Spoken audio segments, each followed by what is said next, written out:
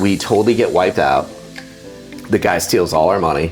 Now we don't have the licensing in the multiple states that we had. Instead of taking the mindset of, the sky is falling and you just curl up into a ball, there's a massive difference in how you can come out on the other side based on what you do right now. Yeah, so it started door to door, 15 years old. I was bouncing through the houses I lived at because I didn't have any money. Yeah, and it's mindset. It's just mindset and grit.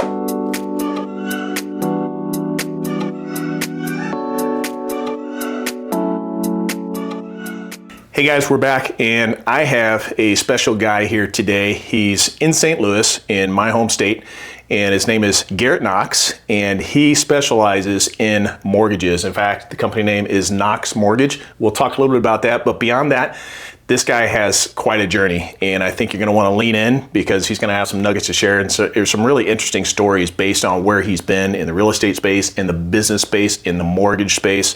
So definitely something that you want to tune into, and you're going to learn something here. So, hey, Garrett, thanks for being here, man. Yeah, thanks for having me. Thanks for the intro. Yeah, for sure. So, look, man, I know that you have a story. Yep. And we've been friends for a while. Yeah. And we have some mutual friends. Yep. So I know little bits and pieces. But what I want to do is try to go back to the earlier Garrett, okay. In the earlier days, before we come to who you are now and what's your main thing, and say, hey, how did Garrett get here? Because what I love to expose with new guests who are business owners like yourself and people who are successful is that, you know what?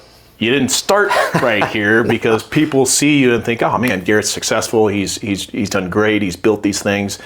But there's a story behind it, and it's encouraging to others to know what that story is when they realize you started the same way as everybody else. Yeah. Down here wasn't easy, and you had to work your way to here. So take us back to the beginning of your career days and what that looked like. Yeah, that's good. This is going to shock you probably. Okay, do it. I love shocks. So I started selling vacuum cleaners door to door. Oh, no way. At 15 years old. Okay. Literally at 15 years old. We would... had a family friend that was a distributor for it was Kirby vacuums, and that's a good vacuum. Yeah, it's a great product. Great product. I still have a few of them in my house. Oh, that's great. Yeah. Is that like leftovers that didn't sell? Or? Yeah, just I kept a couple and they still work. Love it. But yeah, so it started door to door. 15 years old, riding around in a van, knocking on doors, giving away gifts to try to get in and do a 2.5 hour demo to sell them a $1,800-$1,900 vacuum. What year was that? So 15. So I'm 53. So how do we have to do the math? Yeah, we get a calculator. Okay, so that was a long time ago. Oh yeah. And you're selling door to door at 15. Yep. With a 2-hour presentation. Yes. Okay. How'd I get? What was the presentation, man? Yeah. So I would just cold call. I was cold calling. I was just knocking on people's door, giving away free gifts. We'd give away paper towels, Bounty or Viva, Coke or Pepsi, and just say, hey, all I ask in exchange for this, Shawn's a few minutes of your time to get your opinion on a few of my other cleaning products. And I'd say, you got a few minutes, don't you? And you'd be like, sure. So I'd go to the car, grab, 3 boxes of stuff, and I'd be back at your door. Oh, wow. And come in and just start cleaning your carpets, and then ultimately do a carpet shampoo and pull a whole bunch of dirt pads, we call them. We tried to get 100 per house, so people were disgusted. They had no idea they had this in their home. And then I'd finance them, sell them, cash, credit card, financing. So yeah, that was how I cut my teeth. And wow, I did that too long, to be honest with you. I started at 15, and I worked my way up from sales to manager to recruiter to area distributor to 3 offices, a couple service centers. I started financing some of my own paper. Wow. So I was in it 10 years. So I should have had somebody tell me, hey, Garrett, stop. Let's shift. Yeah. But, I did it and did it through college and high school. And that's a pretty big deal to start at 15, number one. Yep. And, how many 15-year-olds today, we're in a different world, Right. Oh, yeah. How many 15-year-olds today would have the gumption to go knock on a door and have that kind of pitch for a 2-hour presentation? Yeah. Right? I don't know. Yeah, not a lot. No, it'd be tough. So you did that for 10 years. But what's interesting is you must have been pretty aggressive or ambitious, I should say, for a better word, to go from door to door and stay with that company or go through it that long to grow to that point in 10 years. Yes. That was a big deal. And you did it through school? Yep. Okay. What'd you go to school for? Business. Okay. Yep. Just basic business degree. Marketing, business. Yep. Okay. So you get out of school. Are you still in the vacuum business? Nope. Okay. Where are you at then? What happened? No, let's see. So let me think about this. So I got out of school. At one point, one of my Kirby offices, I had 2 addresses. So on the back side of the building, I had Knox Motors. Oh, that's good. Total entrepreneur. Yeah, love it. So I would do that because I really like cars. And I was like, man, I want to get my dealer's license. What do I got to do? Then I can drive whatever I want. For sure. Sell it. Don't pay sales tax. Yeah. Go to the auctions, buy a deal. So I did that, and that's going to kind of segue into where I'm at now. But the next thing I did. So yeah, did the Kirbys, did the cars, and then I had a buddy that used to sell Kirby vacuums with me that got in the mortgage business. He called me one day saying, hey, Garrett, I know you've got some office space. I have a friend looking for an office. Do you have anything? And I said, well, John, how's the mortgage business? And he's like, well, it's good. I was sick of selling vacuums. I was kind of burnt out, tough business, but I learned a lot. And so I talked him into, hey, let's start our own mortgage company. And that's how I started. And he's like, well, I don't know. I'm trying to get more training. And I go, well, let's just get together and talk. And this is around the 25 year? This is around 2020. Okay. Yeah. Okay. So we got together and I said, let's start a mortgage company. We'll start it here. I'll phase out one of the businesses and let's run with it. And we did. Wow. That's how I started in the mortgage business. Yeah. And I started up my shop in 2021. No kidding. 2001. I'm sorry. I was going to say. I'm sorry. I know you've been doing this a lot longer than Yeah. that. No. Okay. Yeah. So 2000 is when I started talking about starting a mortgage company. Okay. 2001 is when we actually started it. Okay. And what was this mortgage company? Was it your own? Yeah, we were mortgage company? brokers. Okay. Yep. Okay. So Yep. you were reselling. Yep. So we would originate the business, and we had several different investors we could take it to, and then they would underwrite it, they would fund it, and pay us a percentage. Yeah. And, And then move on. Yep. And that was so. Let's go back just a little bit because I'm a car guy as well. Yeah. You had Knox Motors. What happened with Knox Motors, and how long was that there, and what were you doing there? Yeah. So that's a good question. Probably 7 years. Okay. And so I was buying and selling. I'd go to the auctions every Tuesday. And I was probably selling 2 to 10 cars a month. Yeah. Just on the side. So I did it for that long. And what stopped me from doing that, Shawn, was I started studying real estate. And I was like, I just started reading all the books I could read, buying programs, buying the CDs, listening to them. And, I wanted to get into real estate. I knew I wanted to do rentals and flips, and I thought there was probably more of an opportunity in that. So in 2003, I did my first flip. Bought a house, cleaned it out, wholesaled it, and made $92,500 in 3 weeks. Oh, you crushed it. I mean, that's not that common. No, it's not. So I was like, but that one wet your whistle. Yes, sir. Yeah. It did. And I was like, well, the real estate is more in line with mortgage. Yeah. And I was sick of going to the car auctions, You never know what you might really have once you drive it off a lot. Yep. Yeah. So that's how I got into what I do today. Mortgage company and real estate investor. That's kind of brings you up to speed. Yeah. So going back, you did the car thing for 7 years. Yep. And it's funny because I just had another guest here. Just if the seat's warm, yep. Because they just left. Okay. In the conversation with people who have reached certain levels of success, generally are the same thing. They didn't have just one job. And I say job, thing. They didn't have one thing. They were trying different things. So you went from vacuums, which is a little bit of a different, field, going from vacuums to mortgage. But, yep. I get it. You never know where life's or what opportunity is going to pop up next. Then you had the cars. Then you went into, your first flip. Mm-hmm. Now, and that was 2005, you said? Yeah, 2003 actually. Oh, 2003? Yeah. Okay. Yep. So it's funny you say that because I did the same thing, except for mine was 2005. I was in the construction. I had built a construction business. Okay. And that was my segue into, hey, I should buy some real estate type of thing. But man, I read over 40 books before I ever bought my first rental. Not a flip, but a rental. Sure. So I went down that same path of trying to educate, before you dive in. Yeah. To have the least amount of risk, I guess. Yes. Okay, so you do this flip and you make $92,000 in 03. Yeah. Holy crap, man. That, for a guy your age, you're like, yeah, that's a win. Oh my gosh. It's a big win. I copied the check. I still have it. That's awesome. Did you frame it? Is it hanging up somewhere? I still have it. It's not hanging up anymore, but I still have it. You should send that over to me. I have a manufacturing company as well. Oh, okay. And we should let them frame that for you. Yes. That's pretty special. Yeah. So you did that flip. Obviously, I think you'd mentioned you've flipped over 100 homes at this point. Yes. So you're well seasoned, well experienced in it.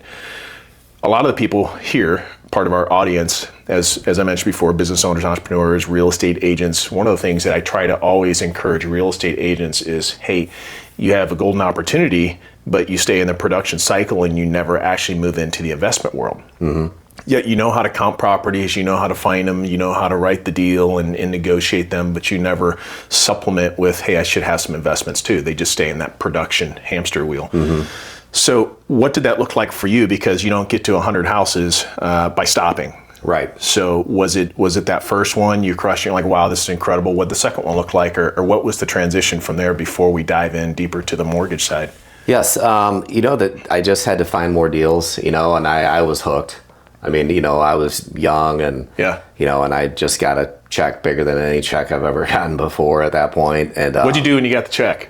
I put it in the bank and I looked at the deposit. Smart guy. Okay. I looked at the deposit ticket and my bank balance. I called the ATM, went to the ATM a few times, looked at what my balance was. Oh, that's funny. It was really good. We were a super young family. And so that was, it was pretty awesome. So you were married at this point? Yes. Okay. So now you said 3 daughters and a son. Yes. Okay. And they're starting to, carve their own path. Yes. Except for one that you might have a little more time with, the youngest one. Yep. So your family's were you married at this time? Yes. Okay. Yep. So when you do that first flip? I was married. Okay. So any kids yet? Yes. I didn't do the math, but. No. So I had one. Okay. It was 2 and one that was on the way. Okay. At like any second. We moved in our 3rd house at that time, which my wife got a real estate license. And so we lived in a house like 18 months. And she's like, I found another one down the street I like better. It was in the same neighborhood. So I was like, okay. So we moved to that one. And then like 24 months later, she's like, I found another house I like. And I was like, okay. So, I lowballed them because I didn't want to move. I just finished my basement. But we got it. And we got it. And I got to throw this little fun fact in there. So we got that house. The day I was moving in, the neighbor's car across the street was getting repossessed out of the driveway. Oh, no. And this was a nice neighborhood, $500,000 house probably. Yeah. 20 years ago. Yeah. So nice. So I had a pretty keen sense, and so I approached him nicely, very carefully, and his house is the house that I ended up buying. No way. Yep, I gave him. Being an entrepreneur, you're young, you grind, you do whatever you have to do. But I remember I befriended him. He was my neighbor, but he kind of confided in me, and so I gave him like cash for keys, and we ended up doing the deal, and it worked out for them, and because they were in a position and. It worked out for me, and love it. So you saw an opportunity. It's funny. I have a lot of stories like that. Yeah. And I look back, and I never claim that I'm like some smart guy or anything else, and I don't have some big education to lean on or anything else. But what I did do is I've been pretty good at seeing opportunities like that, and they tend to stack up and pay off over time. And next thing you know, you're like, hey. That wasn't so bad. If I could just keep doing some of those, and then you become seasoned and it becomes more natural of a pathway for you. So that's fantastic. Yeah, I love that. So you're starting the flipping the houses. You've done some, sounds like house hacking, bouncing through, which by the way, that was kind of my story too. Before I ever bought my first investment, I was bouncing through the houses I lived at because I didn't have any money. Yeah, exactly. So it was the only way. It was get a little equity, sell for a little more, go buy something else, and I started stacking them. Yep, same. Yeah, and it gave me the opportunity to then, sometime down the road, just buy a strictly rental property. Sure. While I kept doing some of the flips and oddballs along the way. So, okay, you go into mortgage. Now, you've been there a long time, but you've had some positions at some banks and stuff as well. Yes. I know you've built some teams and you've been successful there. What'd that look like from where you were in at 25, essentially, right around that age when you had just pushed into the mortgage business? Yep. So got in the mortgage business, became a broker, and then '08 comes. Yeah. Okay. There you go. It was about 2008. Well, I was young and I was used to selling vacuums door to door. So, I walked down '08 like it was nothing because Nice. I was just so driven, so focused, so young, so energetic, and just powered through it. And then we kind of had a shift in the mortgage business. The financial crisis happened and everybody tried to pin the issues that caused it on brokers. They were like, oh, it's the mortgage brokers. Well, it was the mortgage bankers that were sending the reps into our office to feed us the products to pass on to the consumer. Yeah. So anyways, broker kind of became a bad word. Okay. So we formed a bank. We became mortgage bankers. There was a guy out of Colorado, kind of the mastermind. So like 23 of us got together and became mortgage bankers. So then we're like, okay, this is cool. We can do multiple states. We're bankers now. We're not brokers. We're not getting a bad rap. So became a broker, and I'll just leave the name out of it. But long and the short of it, you're going to enjoy this. Part of being an entrepreneur is, baptism by fire. Right. And so most people were doing terrible, and we were thriving. Why is that? Just because we didn't watch the news. All we focused on was what was right in front of us, and just we were buying leads, we were approaching realtors, I was buying and flipping houses. We just were just going right through it. But then this guy that kind of was the mastermind behind forming the mortgage bank, all of a sudden we get a call on a Friday, and it was like a equity call. He's like, hey guys, we need X number of dollars by the end of business today or we're out of business. Mm-hmm.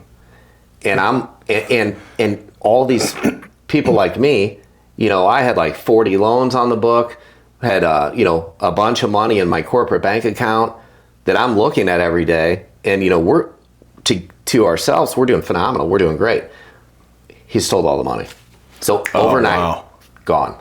Wow. All the money. Okay. So wow. So that. So what are you lending now? Yeah. So we totally get wiped out. The guy steals all our money. Now we don't have the licensing in the multiple states that we had. So I had, it was kind of I had to, make a decision. And it was like, you know what, we're not gonna focus all our energy on finding this guy. There was like 17 other people doing that. Did he disappear? He disappeared. Okay. So money's gone, licensing's gone, all the loans that are in the pipeline gone overnight. Wow. So that was an interesting time. But I decided just to focus on getting my broker's license again in the state of Missouri only, and we just got to keep going.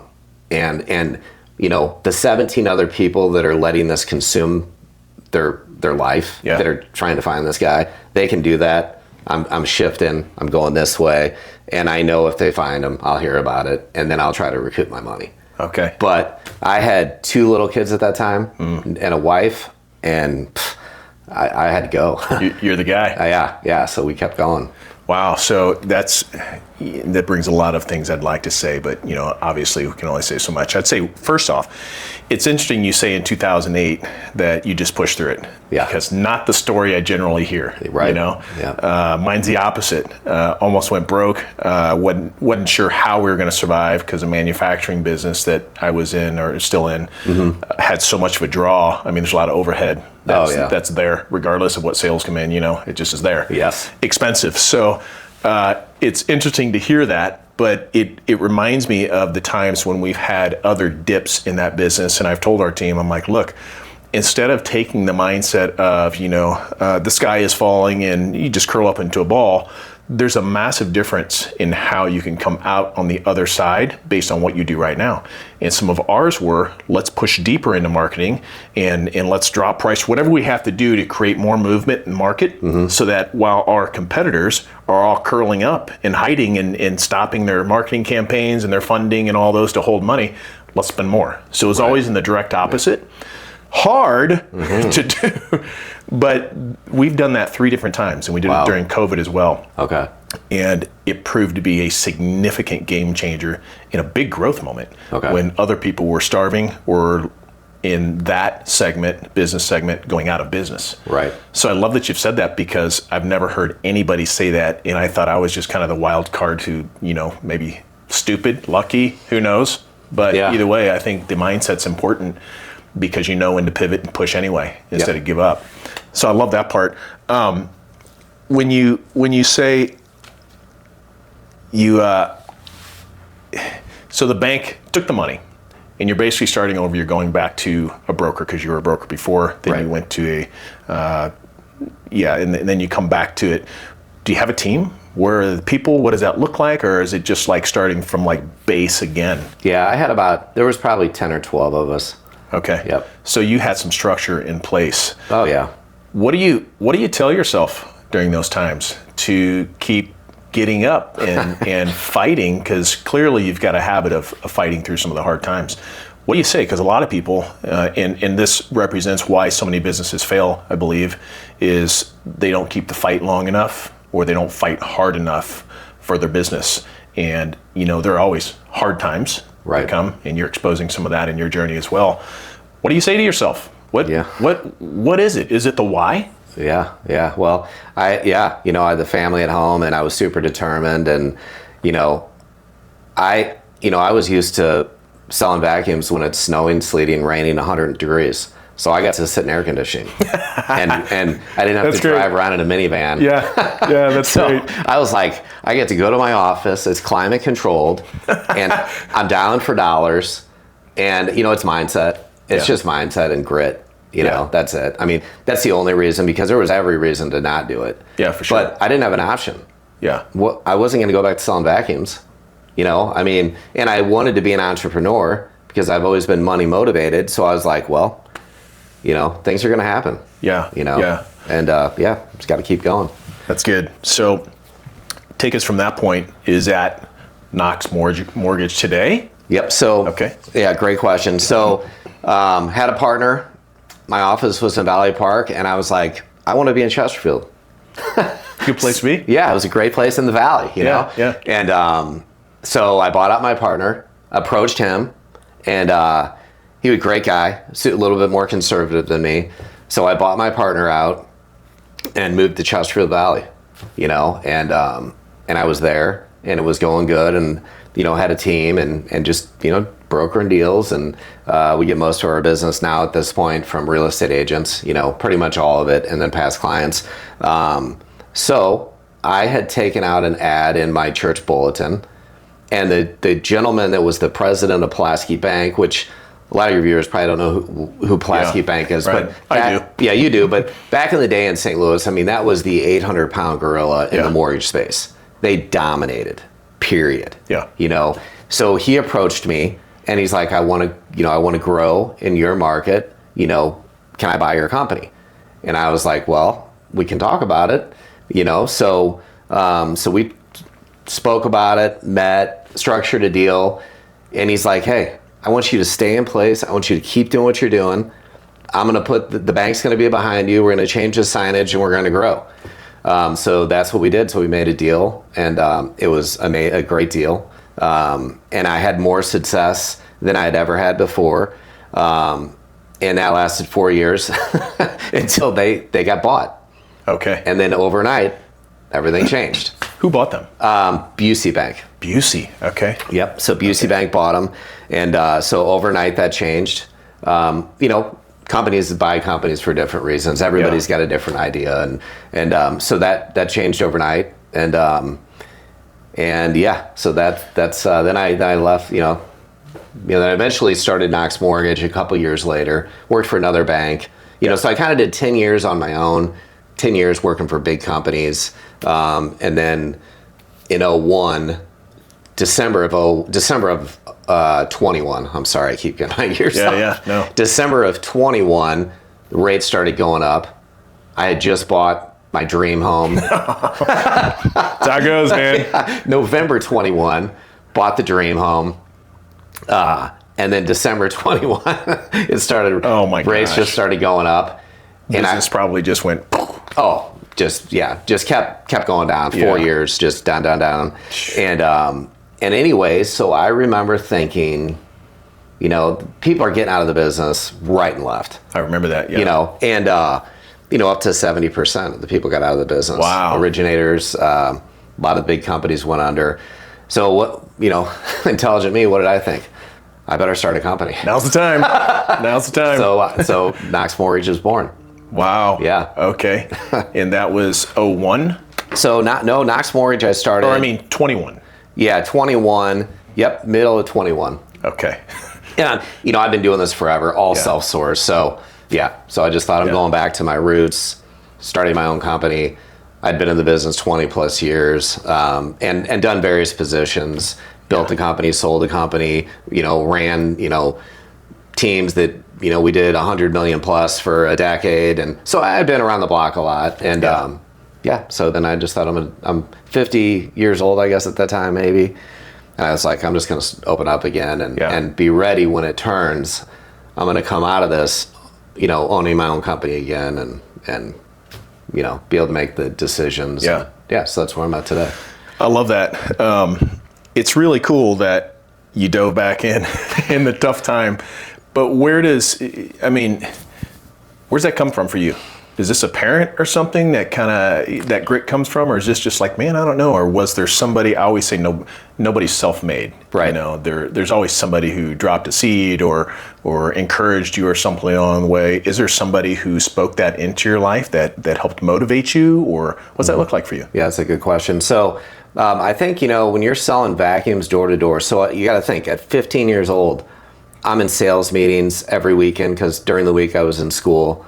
But I'm in the sales meetings on the weekends, which is Saturday and Sunday. And it's a hard gig. And so I just remember listening to Zig Ziglar, Tony Robbins. I mean, that guy has been an amazing mentor to me. Sure. Just through buying all his stuff and just keep listening to it. Just until when I listen to him now, I just know what he's going to say next because I've internalized it. Yeah. So I think that was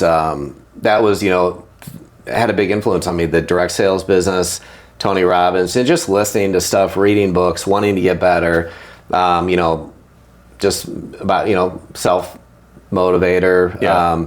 And there's been other people later on in my life that have definitely helped mold me. My stepdad, he's super successful. I was on the board of his company for a decade and learned a lot, about a bigger business. So I think, just life experience and just kind of happens if you want it. Yeah. I always say, it's funny you mentioned Tony Robbins. So you know Jim Rohn? Yes. I was so consumed with Jim Rohn's content years ago that I started slurring some of my language like him. Yeah, and my wife's like, what's wrong with you? I'm like, I don't know. I've listened to so much, it's like becoming how I speak. Yep. And obviously, I don't do that anymore, but he was a huge mentor to me. And I always tell people, like, you don't have to go pay some high-priced coach or mentor or something like that to be successful.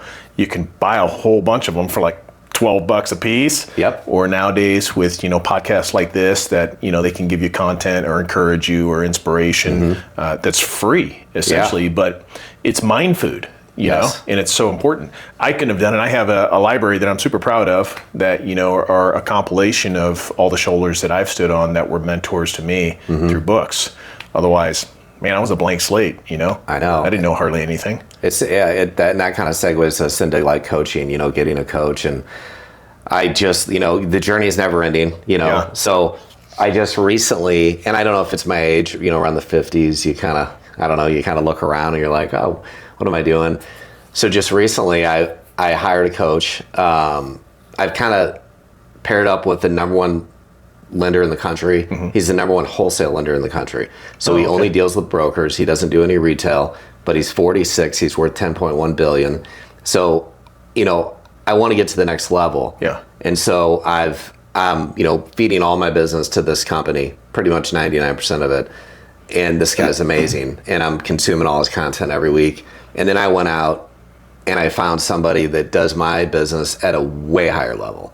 Love it. Way higher level. Yeah. And so I hired him as a coach. So today, now I've kind of got these two coaches at 53. I've had my success, and I was like, man, I've been doing the same thing over and over, and I'm in this box, and I keep it's a good box. Yeah. But I want to get up here. Yeah. Yeah. So today, right now, that's trying to reinvent myself, grow to the next level, and have two coaches. One that's on kind of the structure of the business and the marketing, and then the other one that is on the day-to-day activity, of self-origination. Because, I originate, my full-time gig is I'm originating mortgage loans for real estate agents. Yeah. And I kind of pride myself on, you're going to deal with me from the beginning to the end. And, I own the company and I'm the loan officer. Yeah, it's fantastic. So so I love finding people like you to work with. Okay. Because you have the communication with the person instead of being bounced around through, all the different people, especially if you're going to a sizable bank for a loan. Oh my gosh, it's brutal. It is. It's just brutal. So, for anybody who, now, do you do any originations outside of St. Louis? I mean, I guess anywhere in the U.S., right? Well, no. So okay. Florida and Missouri. That's right. That's where I focus on.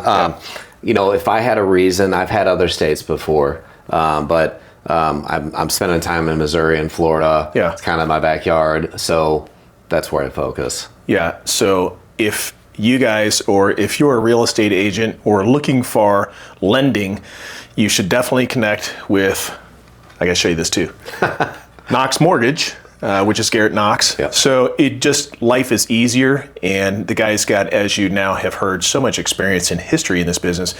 You know the business. I mean, you're an expert in the business, which makes all the craziness from the banks much, much more desirable. So real estate agents, those of you who are out there, you should at least give Garrett a call and check on your next deal. I love being able to send people. I've sent some people to you, and I recommend you whenever I catch wind of it, because I know who you are, I know your experience, and I know you'll make it easy on them and take care of them. Yes. That was a lot, but that's the beauty of the relationship. Oh, yes. I'll share this with you, because one of the companies that I own is in manufacturing for premium awards and recognition, and we used to be more in the space to where we'll do promotional giveaways and things like this.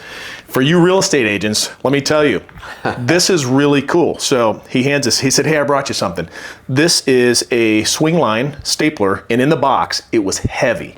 So it's a quality stapler that he's got his company logo and everything on, and his contact information. But guess what?